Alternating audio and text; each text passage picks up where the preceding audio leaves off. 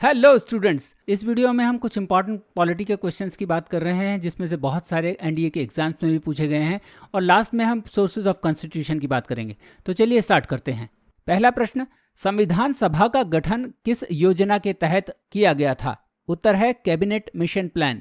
Cabinet mission 1946 में भारत आया था और इसके सदस्य थे lord Pethick Lawrence, sir Stafford Cripps और एवी अलेक्जेंडर। कैबिनेट मिशन का उद्देश्य था भारत को स्वतंत्रता देना और एक संविधान सभा की स्थापना करना। अगले प्रश्न पर आते हैं। संविधान सभा के अंतरिम अध्यक्ष कौन थे और बाद में संविधान सभा ने अध्यक्ष के रूप में किसे चुना? तो उत्तर है 9 दिसंबर 1946 को संविधान सभा की बैठक हुई जिसमें डॉक्टर सच्चिदानंद सिन्हा को अंतरिम अध्यक्ष चुना गया, लेकिन 2 दिन बाद 11 दिसंबर 1946 को डॉक्टर राजेंद्र प्रसाद अध्यक्ष चुने गए। अगला प्रश्न जो आपके एनडीए के प्रीवियस एग्जाम से लिया गया है कि भारत के लिए कैबिनेट मिशन योजना की क्या परिकल्पना थी? तो उत्तर है राज्यों का संघ यानी यूनियन ऑफ स्टेट। 1946 की कैबिनेट मिशन योजना के तहत ये प्रस्तावित किया गया कि भारत एक संघ होगा जिसे रक्षा, विदेशी मामलों और संचार से निपटने के लिए सशक्त किए जाने की जरूरत है।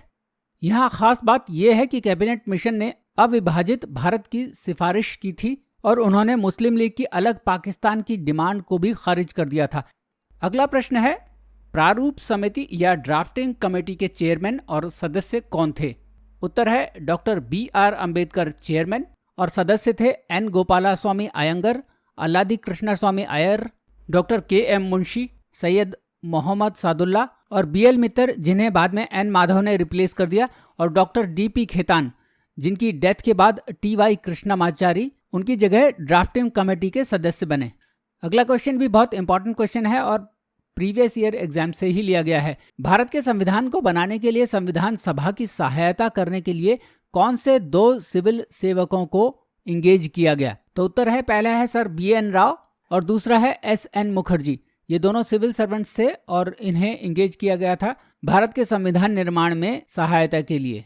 अगला प्रश्न है, भारत के संविधान को लागू करने के लिए 26 जनवरी का ही दिन क्यों चुना गया? उत्तर है क्योंकि कांग्रेस ने 26 जनवरी 1930 को भारत का पहला स्वतंत्रता दिवस मनाने का फैसला किया था। अगला प्रश्न है, भारतीय राष्ट्रीय कांग्रेस ने किस कांग्रेस अधिवेशन में पूर्ण स्वराज की घोषणा की थी? उत्तर है लाहौर अधिवेशन 1929 में।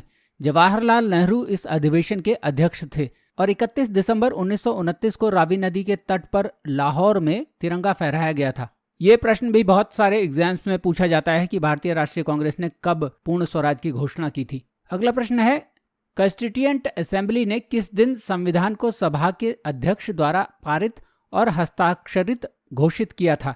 मतलब किस दिन कॉन्स्टिट्यूएंट असेंबली ने कॉन्स्टिट्यूशन को पारित किया था? तो 26 नवंबर 1949 को, यानी कि 26 नवंबर 1949 को हमारा संविधान पारित कर दिया गया था। उस पर सिग्नेचर हो गए थे प्रेसिडेंट कॉन्स्टिट्यूएंट असेंबली के।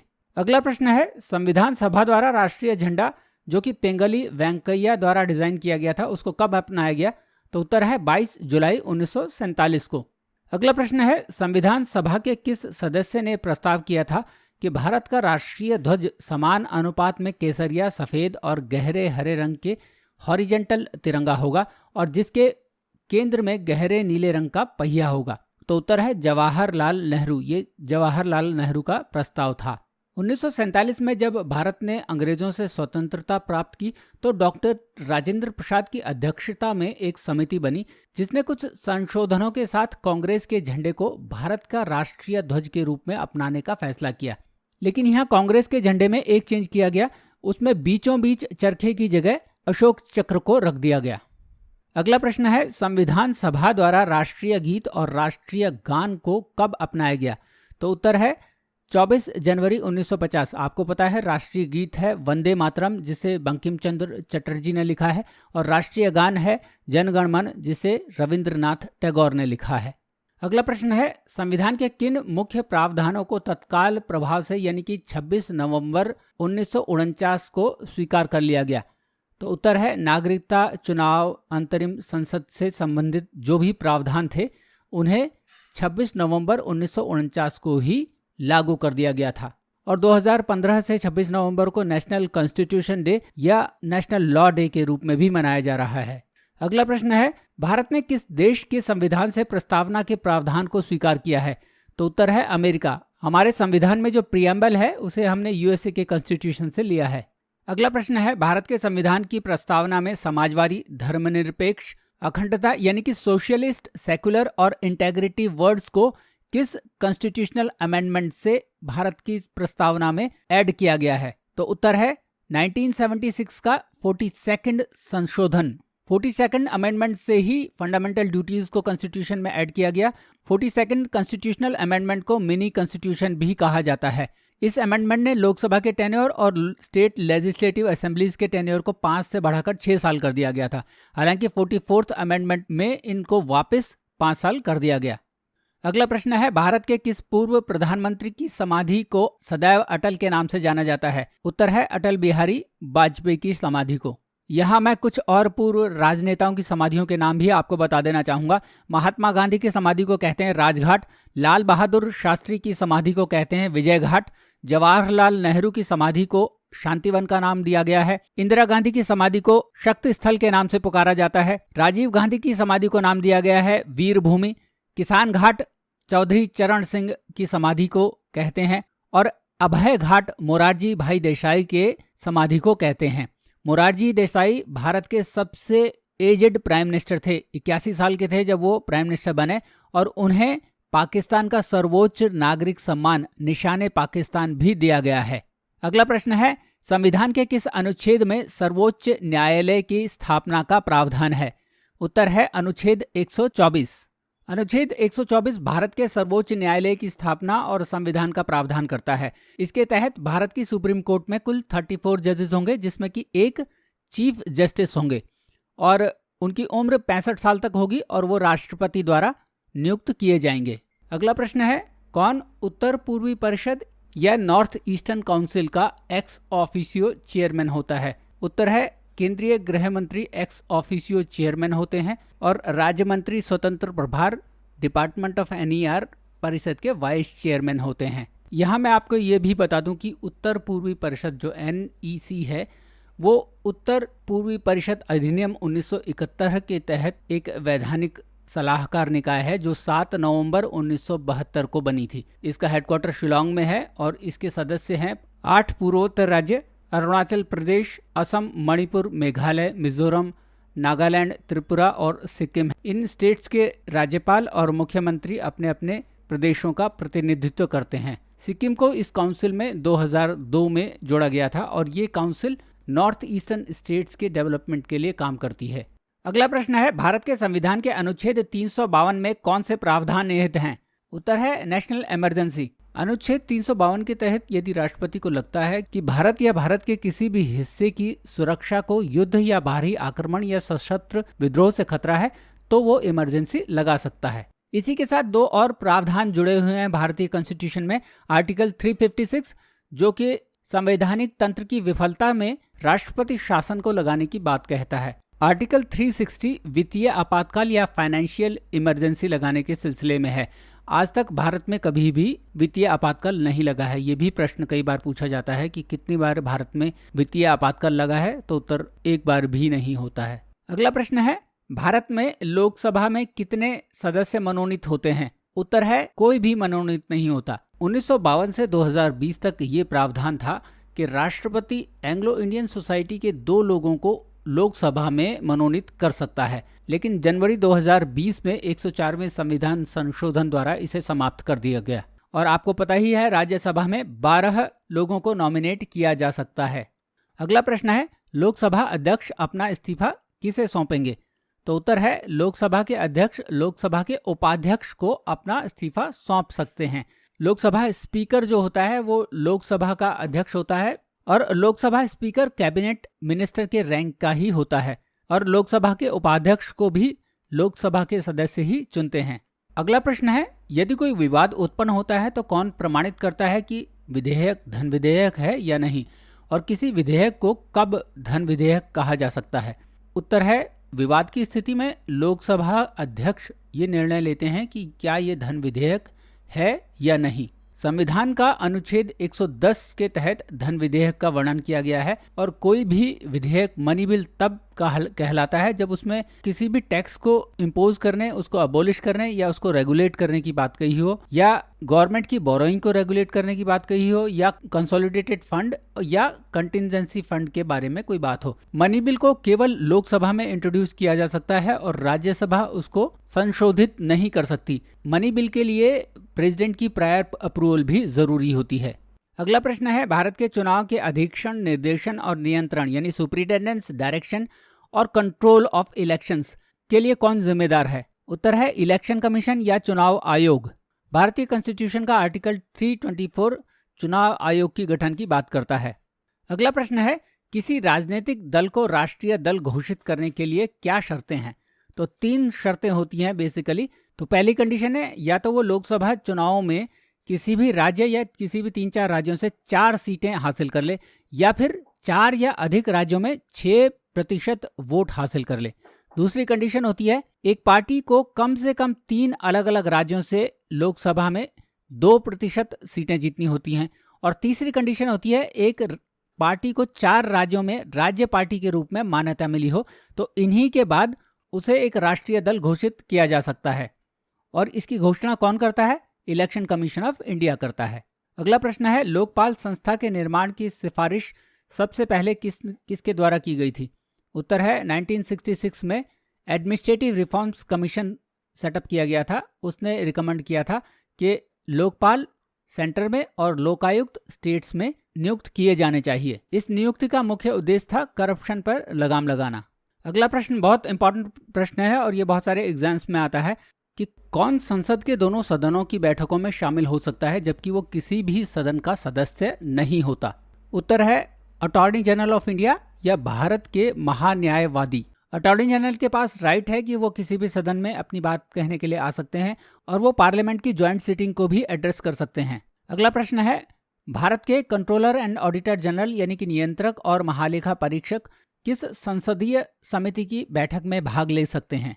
तो उत्तर है पब्लिक अकाउंट कमेटी या लोक लेखा समिति। Public account committee article 148 of the constitution के हिसाब से बनाई गई है और इसके मुख्य कार्यों में से एक कार्य ये है कि ये कंट्रोलर और ऑडिटर जनरल की रिपोर्ट्स को एग्जामिन करते हैं।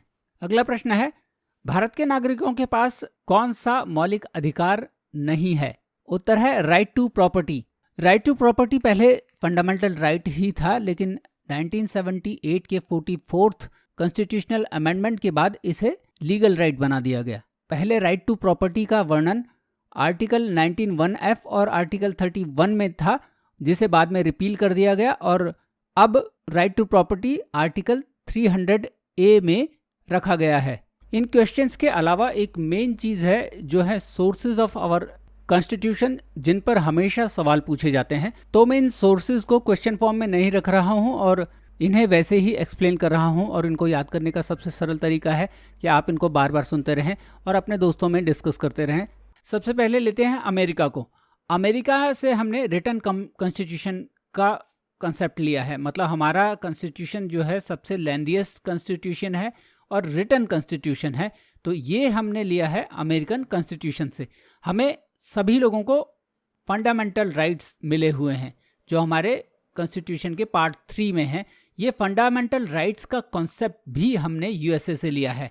हमारे पास एक सुप्रीम कोर्ट है जिसका कॉन्सेप्ट हमने अगेन यूएसए से लिया है। हमारा जो प्रेसिडेंट होता है वो एग्जीक्यूटिव का हेड होता है। हमारे सारे भी काम, जो भी काम गवर्नमेंट ऑफ इंडिया के होते हैं वो प्रेसिडेंट के नाम में होते हैं, तो इसलिए वो हमारी एग्जीक्यूटिव का हेड है। हमारा जो वाइस प्रेसिडेंट होता है वो चेयरमैन है काउंसिल ऑफ स्टेट्स का। काउंसिल ऑफ स्टेट्स क्या होती है? राज्यसभा। राज्यसभा का चेयरमैन होता है वो। ये भी कॉन्सेप्ट हमने यूएसए से लिया है। हमारे कॉन्स्टिट्यूशन में जुडिशियल रिव्यू की बात कही गई है। आप किसी भी पब्लिक बॉडी द्वारा लिया गया कोई डिसीजन की लॉफुलनेस को कोर्ट रिव्यू कर सकता है, उसे न्यायिक समीक्षा या जुडिशियल रिव्यू कहते हैं। और प्रियम्बल, हमारा एक प्रियम्बल है जो कि हमारे कॉन्स्टिट्यूशन का, जिसे कहते हैं शॉर्ट कह सकते हैं उसे, उसमें सब कुछ हमारे कॉन्स्टिट्यूशन के बारे में बता रहा है।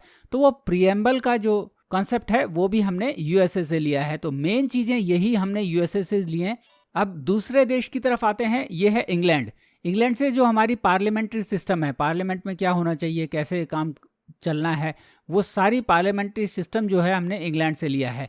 बायकैमरियल पार्लियामेंट वो भी हमने ब्रिटेन से ही लिया है। वहाँ पर house of Lord, house of Commons होते हैं, यहाँ पर लोकसभा और राज्यसभा है। इसके अलावा प्रधानमंत्री और उसके मंत्रिपरिषद, प्राइम मिनिस्टर और उसकी काउंसिल ऑफ मिनिस्टर क्या काम करेगी, क्या जिम्मेदारियां होती हैं, ये सब हमने इंग्लैंड के कॉन्स्टिट्यूशन से लिया है। सिंगल सिटीजनशिप, हमारे देश में सिंगल सिटीजनशिप है, मतलब हम भारत के नागरिक हैं। हम उत्तर प्रदेश, हम हरियाणा के नागरिक नहीं हैं, हम भारत के ही नागरिक हैं। तो ये कंसेप्ट भी हमने इंग्लैंड से लिया है। हमारे यहाँ एक कंट्रोलर एंड ऑडिटर जनरल होता है जो कि हमारे सारे आय और व्यय का खाता का लेखा जोखा रखता है। उसका कंसेप्ट भी जो है हमने इंग्लैंड से लिया है। रिट जुरिस्डिक्शन ऑफ कोर्ट, आपको पता है जब अगर हमारे फंडामेंटल राइट्स का वायलेशन होता है तो हम रिट फाइल कर सकते हैं सुप्रीम कोर्ट और हाई कोर्ट्स में। तो वो कंसेप्ट भी हमें इंग्लैंड के कॉन्स्टिट्यूशन से मिला है। कुछ ऐसे देश भी हैं जिनसे हमें एक एक दो चीजें मिली हैं, जैसे रूस से हमें फंडामेंटल ड्यूटीज मिली हैं। फंडामेंटल ड्यूटीज जो 42nd कॉन्स्टिट्यूशन अमेंडमेंट से हमारे संविधान में आई हैं, 1976 में जो हुआ था। तो वो फंडामेंटल ड्यूटीज जो है हमने रसिया से लिए हैं। जर्मनी से हमने लिया है, हमारे इमरजेंसी जब लगती है तो हमारे बहुत सारे राइट्स कैंसिल हो जाते हैं।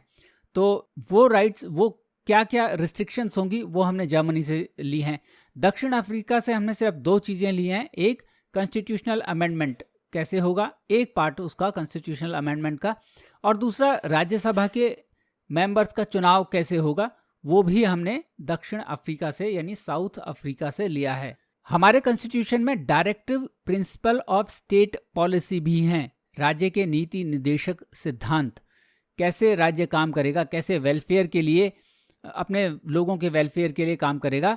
वो जो राज्य के नीति निर्देशक तत्व होते हैं वो हमने आयरलैंड के कॉन्स्टिट्यूशन से लिए हैं। राज्यसभा के मेंबर्स का कैसे नॉमिनेशन होगा वो हमने आयरलैंड के कॉन्स्टिट्यूशन से लिए हैं।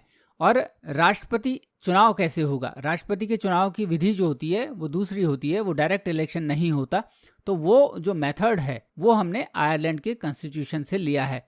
कनाडा की बात करें तो कनाडा में संघ, जो हमारा फेडरल सिस्टम जो है वो हमने वहां से लिया है। फेडरल सिस्टम जिसमें कि सेंट्रल मजबूत होता है। हमारा भी सेंट्रल जो है, हमारी सेंट्रल गवर्नमेंट जो है वो मजबूत है। स्टेट्स के अपने अधिकार हैं, लेकिन उन अधिकारों से सर्वोपरि जो है वो सेंटर है। सेंटर बहुत कुछ कर सकता है। इससे ये भी प्रावधान हमने लिया है कि रेसिड्यूअरी पावर जो होंगी वो सेंटर के पास होंगी। अब रेसिड्यूअरी पावर क्या हुई, रेसिड्यूअरी पावर ये हुई कि जो सुप्रीम पावर एक तरह से कह सकते हैं हम, कि हमारे पास होगी। हमें पता है हमारे यहाँ 3 लिस्टें होती हैं, यूनियन लिस्ट, स्टेट लिस्ट और कंकरेंट लिस्ट। अब ये कहा जाता है कि यूनियन लिस्ट मतलब सेंटर यूनियन लिस्ट पे जो सब्जेक्ट्स होंगे उस पर कानून बनाएगा, स्टेट वालों पे, और कंकरेंट दोनों बना सकते हैं। लेकिन अगर सेंटर चाहे तो वो स्टेट पे भी बना सकता है और कंकरेंट लिस्ट पे भी बना सकता है। यही है स्पेशल पावर या रेसिड्यूअरी पावर, जो हमारे स्टेट्स के पास नहीं है, वो सेंटर के पास ही है। और इसका मकसद भी ये है कि सेंटर को मजबूत रखना है। अगला है ऑस्ट्रेलिया। ऑस्ट्रेलिया से हमने कंकरेंट लिस्ट जो होती है, जिस पर कि दोनों सेंटर और स्टेट दोनों कानून बना सकते हैं, वो हमने ऑस्ट्रेलिया से ली है। ऑस्ट्रेलिया से ही हमने सेंट्रल स्टेट रिलेशनशिप और कोऑपरेटिव फेडरलिज्म लिया है। सेंट्रल स्टेट रिलेशनशिप से कहने का मतलब यह है कि कैसे रिलेशंस होंगे, कैसे कैसे सब्जेक्ट्स बांटे जाएंगे और कैसे कैसे हम आगे बढ़ेंगे। कोऑपरेटिव फेडरलिज्म भी बेसिकली वही है कि हम अपने इश्यूज, जो सोशल इश्यूज हैं, पॉलिटिकल इश्यूज हैं, या कोई से भी इश्यूज हैं, उनका निपटारा कैसे करते हैं। उनका निपटारा हम कोऑपरेशन से ही करते हैं। जो सेंट्रल और स्टेट के बीच में कोऑपरेशन होता है उसी से करते हैं, और उसी से संबंधित जितने भी प्रावधान हैं वो इस कोऑपरेटिव फेडरलिज्म में आते हैं, जो हमने ऑस्ट्रेलियन कॉन्स्टिट्यूशन से लिया है। अब इसके बाद हम आते हैं गवर्नमेंट ऑफ इंडिया एक्ट 1935 से, जहां से हमने बहुत सारी चीज़ें ली हैं, जैसे कि आपातकालीन शक्तियों की घोषणा। कौन कर सकता है आपातकाल की घोषणा, कैसे, उसमें क्या क्या प्रोविजन होंगे, वो सब हमने 1935 एक्ट से लिए हैं। ऑर्डिनेंस मेकिंग जो पावर होती है प्रेसिडेंट और गवर्नर को, जब हाउस नहीं चल रहा होता वो ऑर्डिनेंस इशू कर सकते हैं, तो वो पावर्स कैसे यूटिलाइज करेंगे और कौन कौन कैसे, उसके सारे प्रावधान इसमें हमने 1935 से लिए हैं। गवर्नर का ऑफिस, कौन उसको अपॉइंट करेगा, वो किसको अपॉइंट करेगा, ये जितनी भी बातें हैं, ऑफिस जो भी गवर्नर के ऑफिस से संबंधित बातें हैं, वो भी हमने 1935 के एक्ट से लिए हैं। पावर ऑफ फेडरल जुडिशियरी, तो क्या होंगी, मतलब उनकी पावर्स क्या होंगी, हाई कोर्ट की, सुप्रीम कोर्ट के जजेस की, ये सब प्रावधान हमने 1935 के गवर्नमेंट ऑफ इंडिया एक्ट से लिए हैं। तो होप आपको ये क्लास अच्छी लगी होगी। इसमें क्वेश्चंस भी थे और थोड़ा एक्सप्लेनेशन भी था। अगर आपको ये वीडियो अच्छी लगी तो इसे लाइक और शेयर ज़रूर कीजिएगा और इस चैनल को ज़रूर सब्सक्राइब कीजिएगा और बेल बटन को भी हिट कीजिएगा ताकि आने वाले वीडियोस के नोटिफिकेशन आपको टाइमली मिलते रहें। Thank you very much for watching the video.